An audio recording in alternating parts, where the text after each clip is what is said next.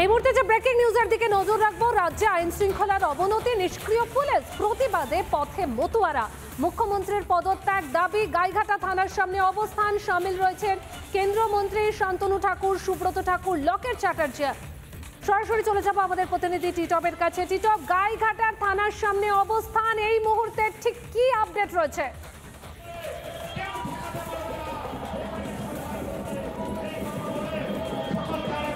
দেখো, একদম তোমাকে দেখাচ্ছি এই মুহূর্তে। দেখো, মতুয়া সম্প্রদায়ের মানুষ তারা যেমন থানার সামনে বসে রয়েছে, অন্যদিকে পুলিশের দেখো আজকে তৎপরতা। অর্থাৎ শিক্ষকরা যখন আন্দোলন করেন তখন কিন্তু পুলিশ থাকেন অতি সক্রিয়, এবং যখন ওয়াকআপ বিল বিরোধী আন্দোলন করছেন তখন কিন্তু পুলিশ থাকে নিষ্ক্রিয়। ঠিক তারই প্রতিবাদ অন্যদিকে তুমি দেখো যে একাধিক এখানে কিন্তু বিজেপি নেতৃত্ব রয়েছেন, কেন্দ্রমন্ত্রী তথা মতুয়া ধর্মগুরু শান্তনু ঠাকুর রয়েছেন, সুব্রত ঠাকুর রয়েছেন, লকেট চট্টোপাধ্যায় রয়েছেন, এমনকি বিজেপির দাপুটে নেতা যে অর্জুন সিং তিনিও রয়েছেন।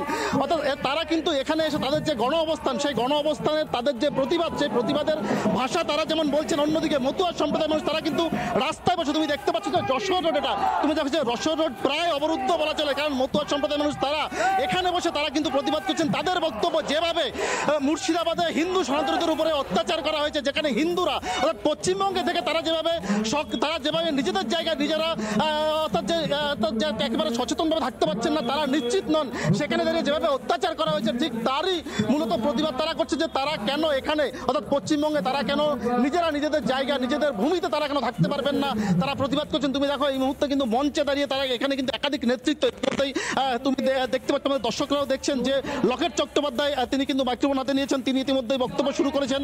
মতুয়া সম্প্রদায়ের মানুষ, বিজেপি নেতৃত্ব তারা প্রত্যেকেই কিন্তু এখানে কথা বলছেন। আমি অবশ্যই একবার, যেহেতু মঞ্চে প্রোগ্রাম চলছে, একবার একটু যাওয়ার চেষ্টা করছি কথা বলবার জন্য। অর্থাৎ যে এখানে দাঁড়িয়ে বারবার করে আমরা দেখেছিলাম যে শিক্ষকরা যেখানে 26,000 মতো প্রায় সেই ছবি আমরা কিন্তু দেখতে পাচ্ছি, প্রতিবাদে পথে মতুয়ারা আমরা দেখতে পাচ্ছি সেই ছবি, এবং একাধিক বিজেপি নেতৃত্ব উপস্থিত রয়েছেন সেখানে। ধন্যবাদ টিটপ তোমাকে।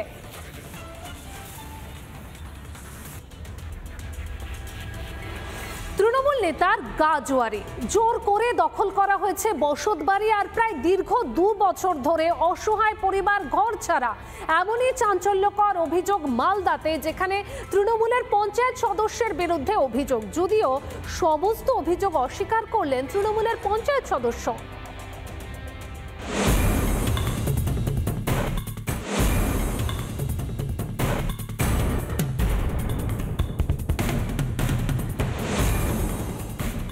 মালদার ইংরেজবাজারের কাজী গ্রাম পঞ্চায়েত, এখানেই বাগবাড়ি এলাকার বাসিন্দা উপেন মণ্ডলের পরিবার। তাদের দাবি, 2 বছর আগে তাদের বাড়ি দখল করে নেয় তৃণমূলের পঞ্চায়েত সদস্য জয়ন্ত সরকার ও তার দলবল। সেই থেকে অন্যত্র থাকতে হচ্ছে বাড়ি ভাড়া করে। আজকে প্রায় 2 বছর হলো উপেন মণ্ডল এবং তার পরিবার মালদা শহরের এই এয়ারভিউ কমপ্লেক্সে, এই ঘোরাফির এয়ারভিউ কমপ্লেক্সে তাদেরকে এইভাবে কষ্টের মধ্যে দিন কাটাতে হচ্ছে।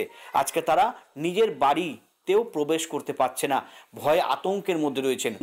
মেয়ে পালিয়ে বিয়ে করে নিয়েছে, আমার তো কোনো আপত্তি ছিল না, গ্রামবালাদের আপত্তি কি তোর মেয়ে এরকম করলো। তারপর কি করছে? তারপরে সন্ধ্যার সময় মিটিং বসিয়ে ওরা মারপিট। কে করছে এইটা? তৃণমূলের মেম্বার আছে জয়ন্ত সরকার। অভিযোগ থানায় জানিয়েও কোনো লাভ হয়নি। শেষমেশ বাড়ি ফিরে পাওয়ার আশায় জেলার পুলিশ সুপারের দ্বারস্থ হয়েছে উপেন মণ্ডলের পরিবার। থানা গেছিলাম, কিন্তু থানা কোনো গুরুত্ব নিল না, বাধ্য করে এর কাছে গেলাম, এসপির কাছে গেলাম।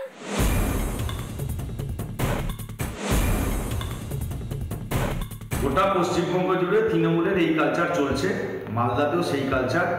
আইনের শাসন তৃণমূল নেতারা নিয়ে নিচ্ছে। এরপরে মানুষ যদি আইনের শাসন নিজেদের হাতে তুলে নেয়, তাহলে এই জাতীয় তৃণমূল নেতাদের কি অবস্থা হবে, কি পরিণতি হবে, সেটা তারা বুঝতে পারছে না।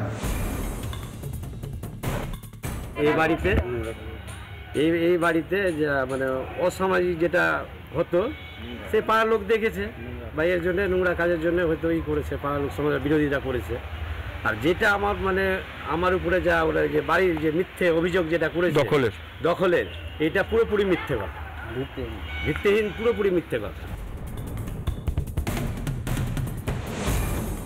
এই অসহায় পরিবারটি আজকে 2 বছর ধরে তার নিজের বাড়িতে ফিরতে পারছে না। এই নিয়ে রীতিমতো জেলা পুলিশ সুপারের কাছে ওই অসহায় পরিবারটি দ্বারস্থ হয়েছে। ইতিমধ্যে পুলিশ এই বিষয়টি নিয়ে তদন্ত শুরু করেছে। মালদা থেকে দীপঙ্কর গোস্বামী, রিপাবলিক বাংলা।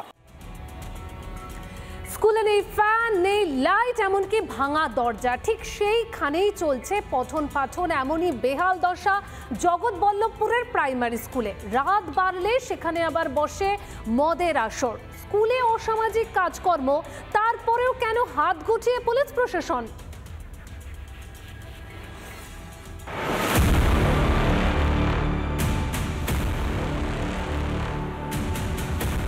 প্রাথমিক বিদ্যালয় না পোড়া বাড়ি বোঝা দায়। ভগ্নপ্রায় অবস্থা হাওড়ার জগৎবল্লভপুরের কিরণময়ী প্রাথমিক বিদ্যালয়। দেখুন কি অবস্থায় চলছে পঠন পাঠন।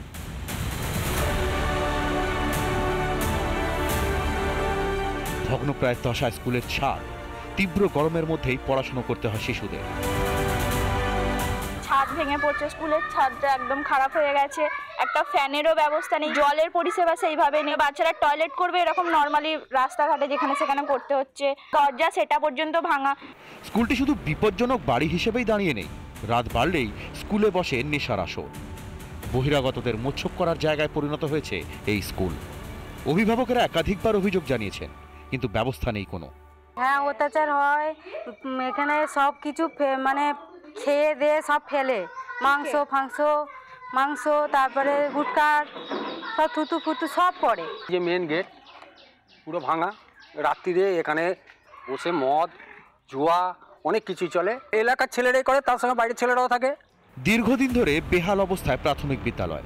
সেই সুযোগেই নেশার আসর ও অসামাজিক কাজকর্ম। গোটা ঘটনা প্রকাশ্যে আসতেই উন্নয়নের ফাঁপা প্রতিশ্রুতি শাসক দলের মুখে। যদি কোনো এ ধরনের সমস্যা থেকে থাকে, তার জন্য যা যা করার দরকার করে আমরা তার ব্যবস্থা গ্রহণ করব। স্কুলের জন্য, নতুন অঙ্গনওয়াড়ি স্কুলের জন্য দেয়া আছে, সেই প্রপোজালটা আশা করছি খুব তাড়াতাড়ি অ্যাকসেপ্ট হয়ে যাবে। হয়ে গেলে আমরা নতুন অঙ্গনওয়াড়ির বিল্ডিং করে দেবো। মাথা থেকে পা পর্যন্ত দুর্নীতি ও অব্যবস্থায় মোড়া রাজ্যের শিক্ষা ব্যবস্থা। কোথাও শাসকের দুর্নীতিতে যাচ্ছে চাকরি, কোথাও আবার বিদ্যালয়ে নেই শিক্ষক। এবার হাওড়ার প্রাথমিক স্কুলে নেশার আসর। শিক্ষা ব্যবস্থাকে আর কত তলানিতে নিয়ে যাবে রাজ্যের শাসক দল? রিপাবলিক বাংলা। নানা ধরনের কন্টেন্ট দেখার জন্য লাইক করুন, শেয়ার করুন আমাদের ফেসবুক পেজ, সাবস্ক্রাইব করুন আমাদের ইউটিউব চ্যানেল। পাশাপাশি অন্যান্য ব্রেকিং নিউজের জন্য অবশ্যই চোখ রাখুন রিপাবলিক বাংলায়।